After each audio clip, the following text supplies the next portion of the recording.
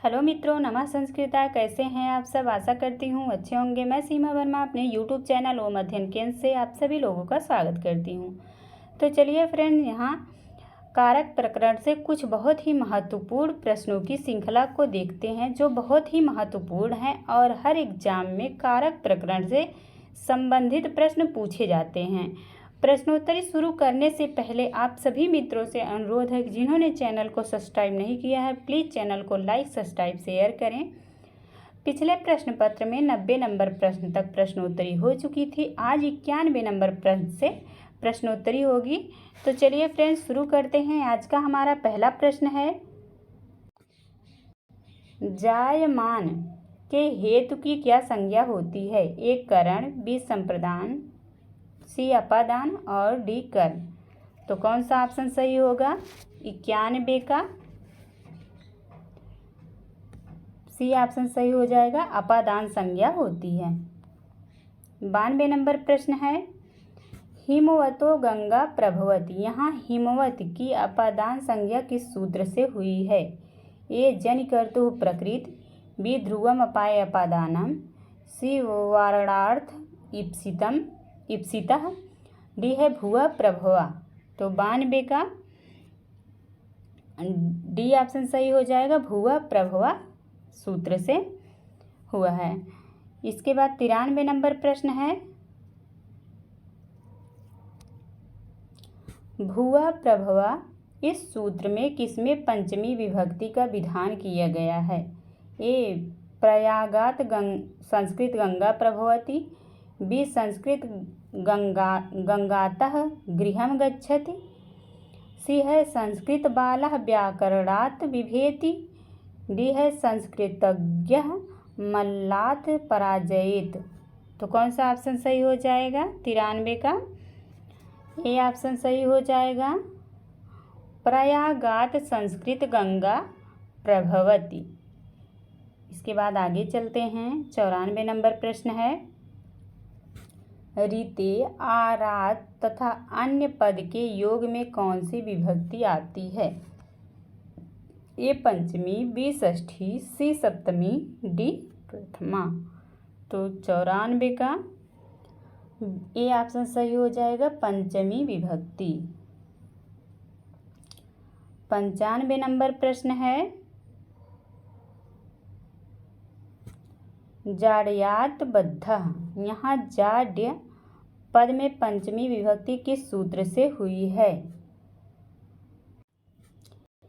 ये है ल्यब लोपे कर्मणि अधिकरणे च, बी अन्यार दितरते युक्ते। इसके बाद बी है विभाषा गुणे स्त्रियां, सी प्रतिनिधि प्रतिदाने च यस्मात्। तो कौन सा ऑप्शन 95 का सही हो जाएगा? सी विभाषा गुणे स्त्रियां से हुआ है। 96 नंबर प्रश्न है, पृथक, बिना, नाना इन पदों के योग में कौन सी विभक्ति होती है? ए पंचमी, बी चतुर्थी, सी द्वितीया, डी तृतीया। तो कौन सा ऑप्शन सही हो जाएगा? 96 का बी ऑप्शन सही हो जाएगा, चतुर्थी विभक्ति होती है।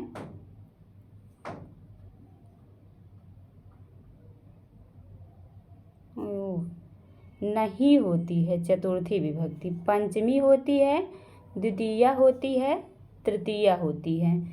पृथक, बिना, नाना इन पदों के योग में कौन सी विभक्ति नहीं होती है? नहीं होती है। तो पंचमी होती है, द्वितीया होती है, तृतीया होती है, यही चतुर्थी विभक्ति नहीं होती है। तो बी ऑप्शन सही हो जाएगा।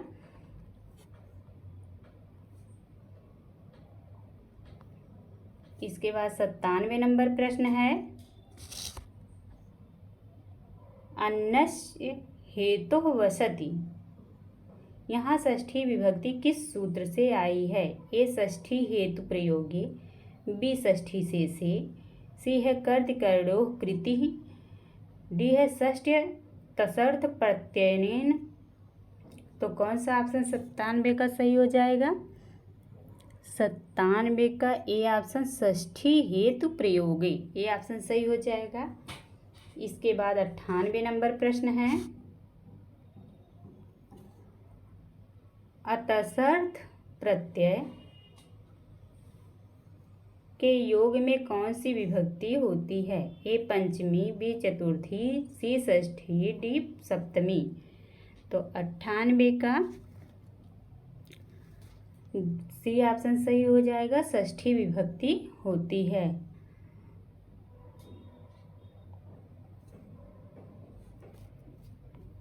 निन्यानवे नंबर प्रश्न है, इदम एसाम आसितम, यहाँ एतत् में किस सूत्र से षष्ठी विभक्ति हुई है? ए कर्तृ कर्मणोः कृति, बी अक्तस्य च वर्तमाने, सी अधिकरणवाचिनश्च, डी है षष्ठी से। तो 99 का सी ऑप्शन सही हो जाएगा,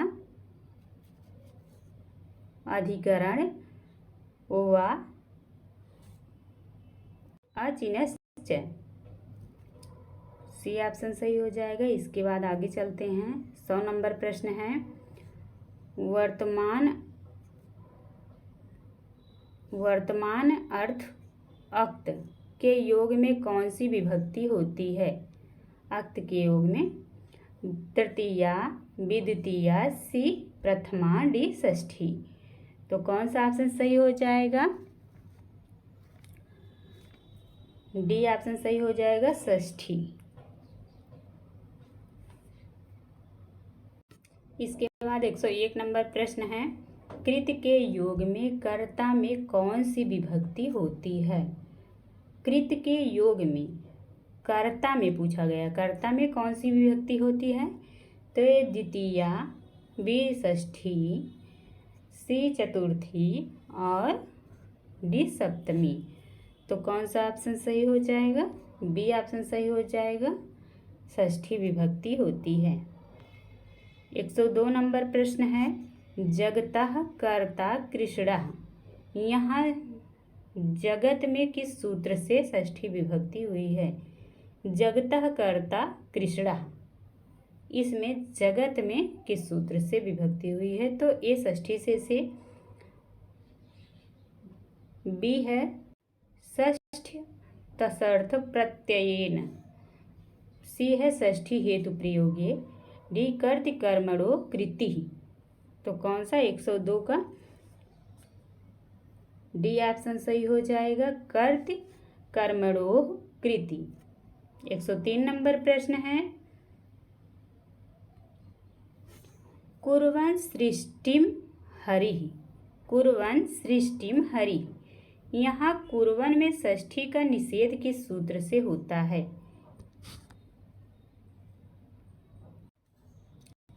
न लोकव्ययनिष्ठा खलार्था त्रिनाम, बी है अकेनोर भविष्यदा धर्मण्योः, सी है कमेर निषेधः और डी तुल्यार्थै तुलोपमाभ्याम तृतीया अन्यतरस्याम।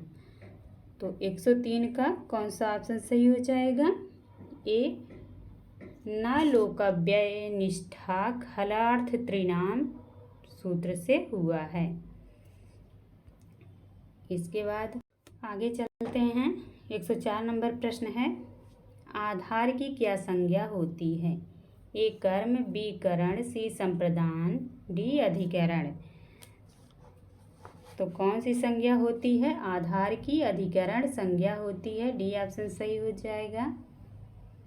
105 नंबर प्रश्न है, कटे आस्ते, कटे आस्ते, यहाँ कट कैसा अधिकरण है? ए वैशिक, वैषयिक, अभिव्यापक, औपश्लेषिक, इनमें से कोई नहीं।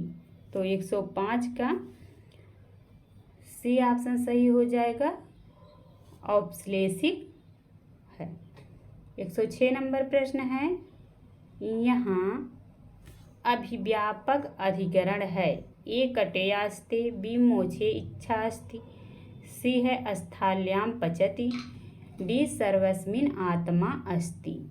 तो 106 का डी ऑप्शन सही हो जाएगा, सर्वस्मिन आत्मा अस्ति। 107 नंबर प्रश्न है, मोक्षे इच्छा अस्ति, यहाँ कौन सा आधार है? मोक्षे इच्छा अस्ति। ए अभिव्यापक, बी वैषयिक, सी औपश्लेषिक, डी उपर्युक्त तीनों। तो 107 का बी ऑप्शन सही हो जाएगा, वैषयिक है, वैषयिक आधार। 108 नंबर प्रश्न है, अधिकरण कितने प्रकार का होता है? ए 4, बी 3, सी 5, डी 7। 108 का बी ऑप्शन सही हो जाएगा, 3 प्रकार का होता है। आधार 3 प्रकार का होता है, औपश्लेषिक, वैषयिक, अभिव्यापक। पहला औपश्लेषिक, वैषयिक और अभिव्यापक। आधार 3 प्रकार के होते हैं।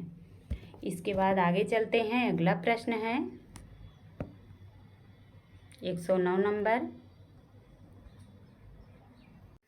चर्मणि द्विपीनम हन्ति, यहाँ चर्मन पद में किस सूत्र से सप्तमी विभक्ति हुई है? ए सप्तम्य अधिकरणे च, बी है निमित्तात् कर्मयोगे, सी यस्य च भावेन भावलक्षणम, और डी है साधु असाधु प्रयोगे च। 109 का बी ऑप्शन सही हो जाएगा, निमित्तात् कर्मयोगे। 110 नंबर प्रश्न है,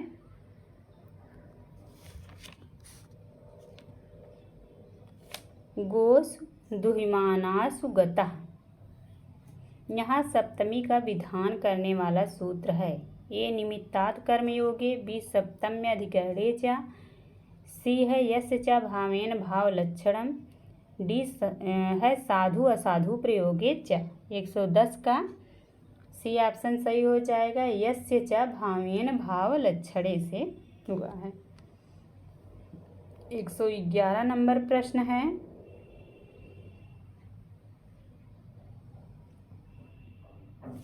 रुदति प्राव्रजयित, रुदति प्राव्रजित, यहाँ सप्तमी विभक्ति किस सूत्र से हुई है? ए है यस्य च भावेन भावलक्षणम, बी षष्ठी च अनादरे, सी है निमित्तात् कर्मयोगे, डी सप्तम्य अधिकरणे च। तो किससे हुआ है?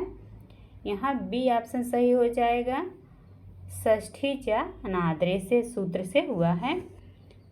Thank you all of you. आप लोगों को प्रश्नोत्तरी अच्छी लगी हो तो प्लीज़ चैनल को लाइक, सब्सक्राइब, शेयर करिएगा। धन्यवाद।